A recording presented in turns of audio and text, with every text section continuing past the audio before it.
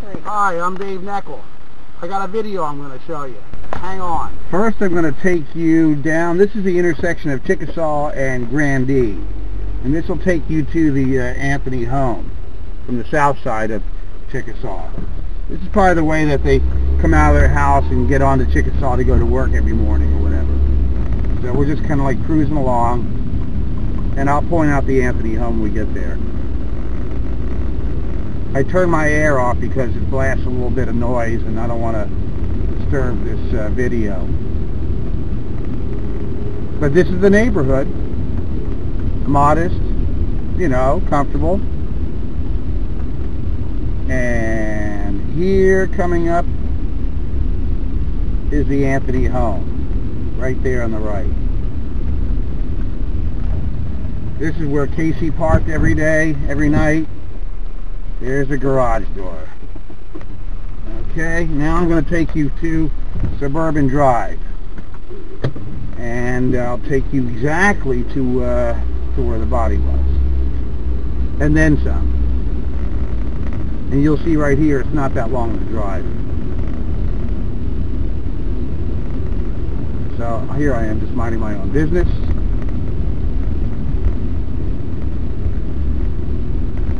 Oh look, a neighbor. Should I interview him? Nah, he's mowing his grass.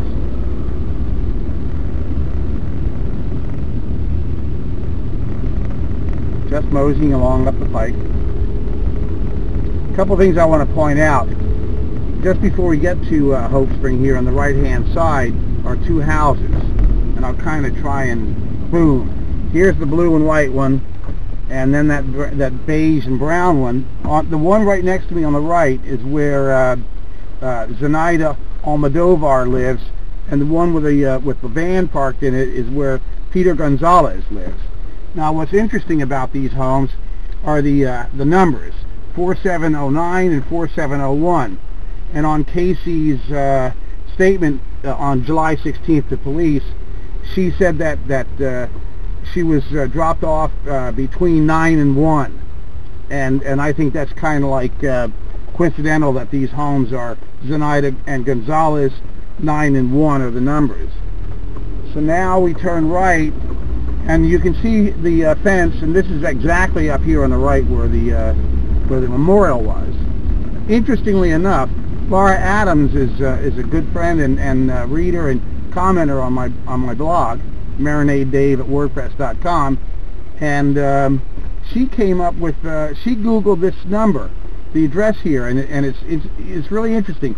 It's 8905 Suburban Drive.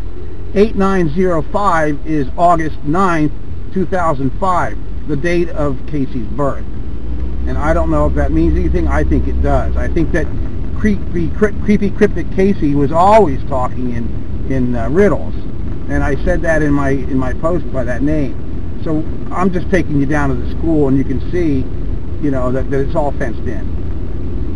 I'm going to shut it off here, and then I'm going to come back at you when I park my car, and I'll show you more about, you know, what the woods are all about.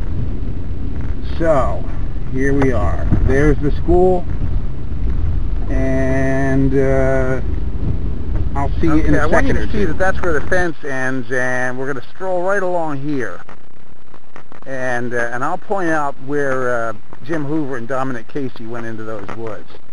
But you can see it's not very inviting. It's pretty thick. This here, they didn't really find anything in this area, so this is still pretty much the way it was. Of course, there's that fancy kudzu, and I understand can grow like a foot in a day. And I don't know if this part right here was already cleared out, or whether you know, it's always been like this. But this was really not of consequence at the time.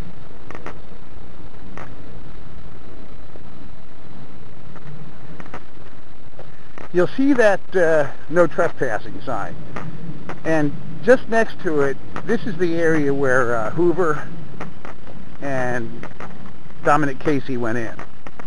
Or, you know, at least Dominic Casey was talking on his cell phone. And you can see down there, it drops down in, and that is filled with water down there. Not very friendly, not very nice. I wouldn't want to picnic in here. And down along here. This is that 150 to 200 feet distance that was discussed in some of the documents.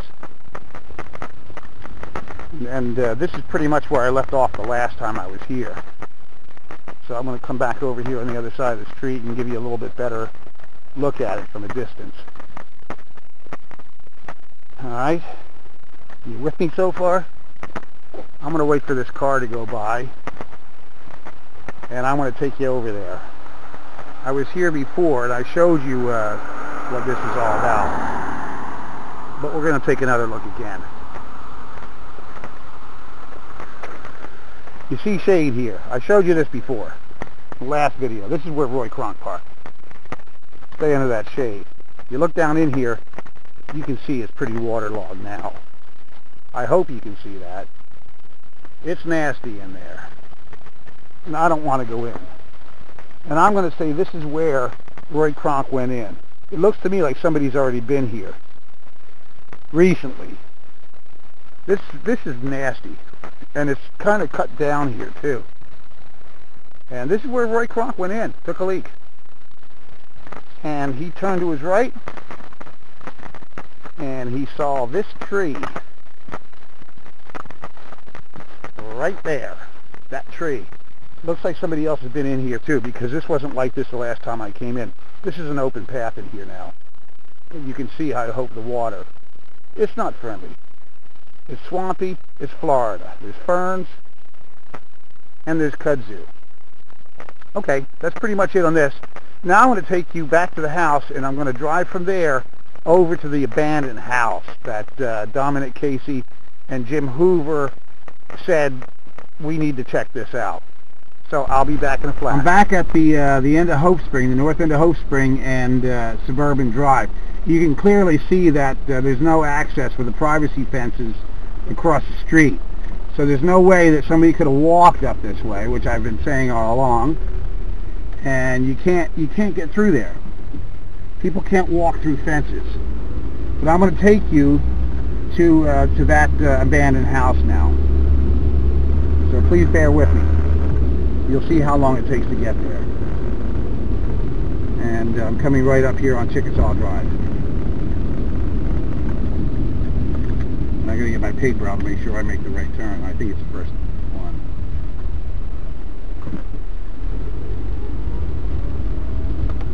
Okay, we're on Chickasaw now. Off to the right there is that development. And there's fences everywhere, as you can see. And I'll tell you, it's getting hot. So here on Flatwood Lane, I'm going to make a right. It'll take me into this development. That's why I'm telling you, Casey didn't lug a bag or a body or a daughter walking or driving or anything coming in here. And then I'm going to turn right on Bracken.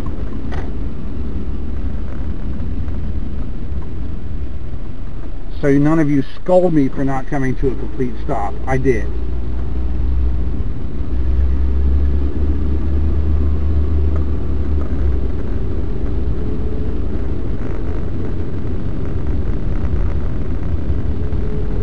The house number is 8718. See, this is a neighborhood. You can't just come in here and just bring bodies or babies or, you know, people live here. Now I'm looking for this house, and let me see if I can find it. I need to see a house number first. 8750.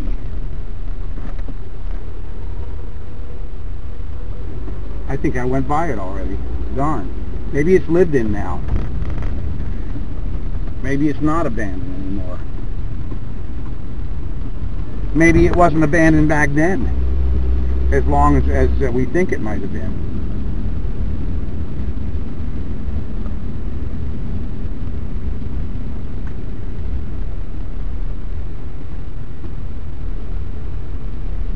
don't know about this. 8718. There it is. This is it. Let me take a look here real quick. I'm going to shut this off.